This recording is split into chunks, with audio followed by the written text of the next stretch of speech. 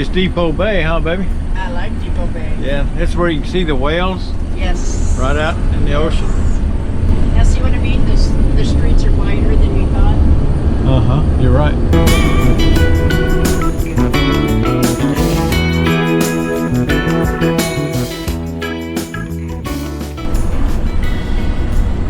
Well, people out there in jackets though, so it must be pretty chilly. You ready to get to the campground and get out behind the wheel? Yes. Yeah. Yes. Me too. I am that. Hoping to get us a good spot. Me Well, a too. good spot, that means a little something different to everybody. What does it mean to you? Put it down in the comments. What do you look for when you're trying to find a good spot to set up your camp? For us now, it's a clear shot to the northern sky so we can get our Starlink and our internet. It's been working great, and that's one of the first things we check because they're getting harder and harder to find. But we want it kind of level. We want a little privacy so we can set up our smoker and our Blackstone grill. And that's pretty much it. We like hanging around the campsite, reading a good book, cooking a rack of ribs, and just relaxing and enjoying the day. Send me a letter and a bottle of wine, telling me I will be fine. Baby, I'm stuck with a halfway heart. Slip away if I come too far. Pick me up when I'm in pieces. Hold that halfway heart. Easy peasy, huh? Pretty nice lifestyle for a couple of old retired folks.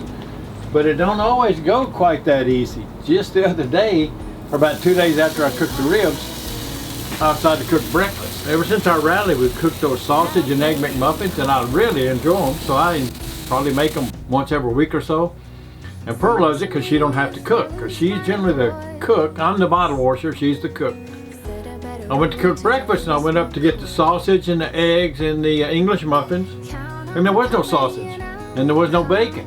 There was plenty of eggs and English muffins, but I found this stuff. I don't know where we got it. I don't know if somebody gave it to us at the rally or Pearl picked it up. But to my knowledge, we've never had it before. It's beef chorizo. And I've heard of chorizo my whole life, so I saw it in the freezer, and I said, well, I'll slice those up and make us some sausage and egg McMuffin.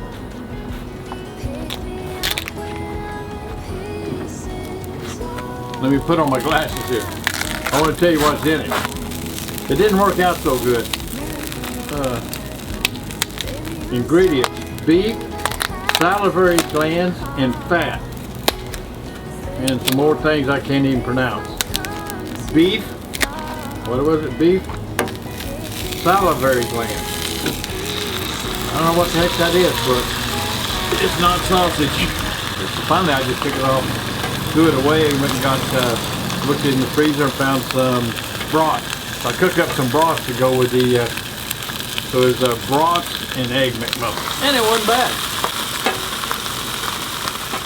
I wasn't going to get a cozy kind of thing. So as you might can tell, we went over to some friends' RV and had cocktails. Ted and Nancy and Daryl and Priscilla. And they use chorizo. They use turkey hamburger meat for tacos and stuff like that, and they put chorizo in it to give it a little bit more flavor and a little bit more fat and stuff. And they made them that day. They were very good. So now I know where to use my chorizo if we ever get some more. And almost as good as Daryl and Priscilla's tacos is the ones we got here at the Mazatlan restaurant in Newport with our longtime buddies Craig and Jennifer, and then a couple of their friends. But it's fixing to get even better. Tomorrow we're headed to South Jetty for like 5 or 6 days, and then we're headed up into the Sierra Mountains for a couple of months of boondocking. And as most of you know, we've done a lot of boondocking, but usually we've had to do it with our portable power stations and our old lead acid batteries. And we've been waiting and waiting, hoping somebody would offer to give us some lithium ion batteries to do a product review on, but it never happened.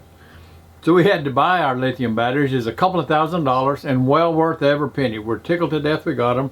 They're the SOK batteries, 212 amp hours in each battery. So we got over 400 amp hours total. That's more than double what we had with our old lead acid batteries. And these power stations we've done reviews on, probably half of them we've given away to either our friends or at the rally for prizes and stuff, because we just don't have a use for them and we don't really want to sell them. Yeah, you probably guessed it. Just about the time we get all set up or ready to go boondocking, a battery company contacts us and says, hey, next exit, how would you like to do a product review on a single lithium ion battery? Well, we weren't too interested and we were going to tell them no. But we remembered one of our subscribers, Dave from Our Endeavor, the YouTube channel Our Endeavor. He's helped us at the rallies that we've done.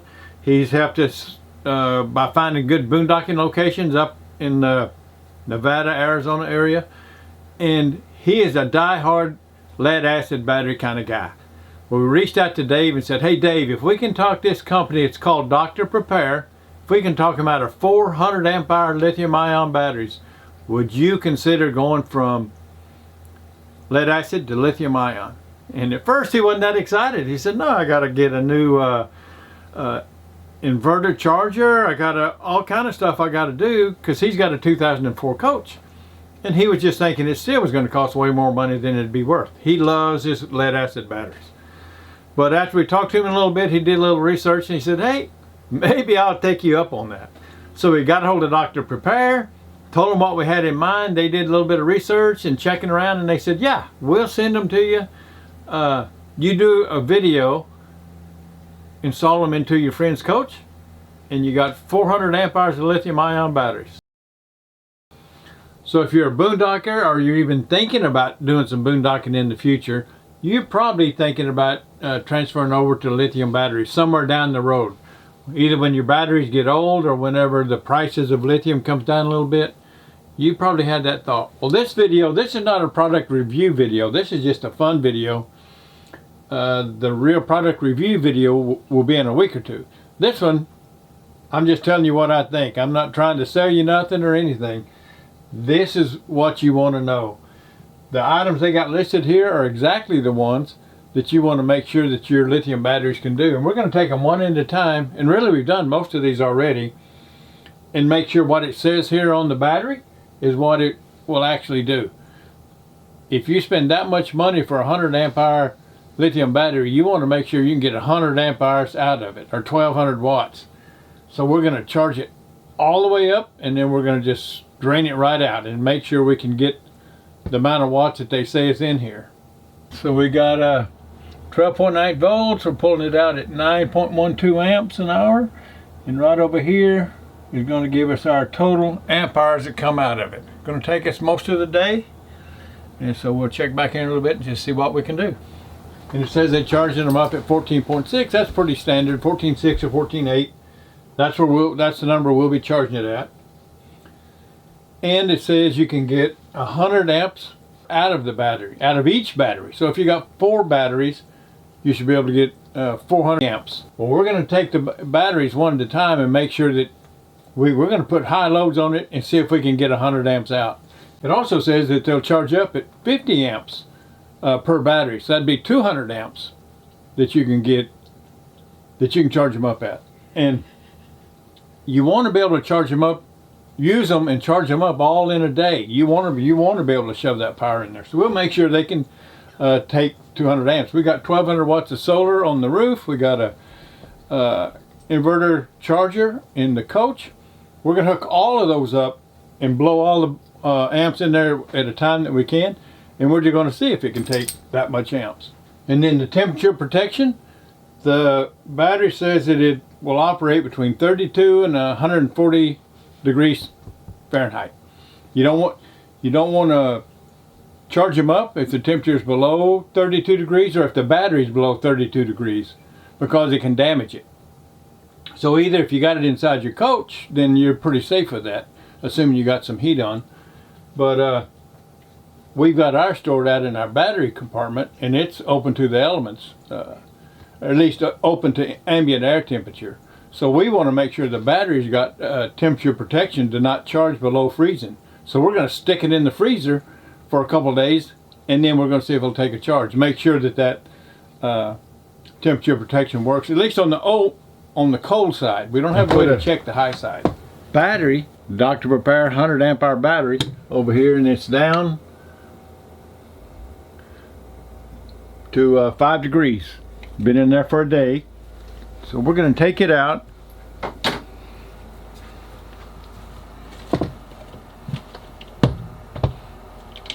Got ice crystals all around it.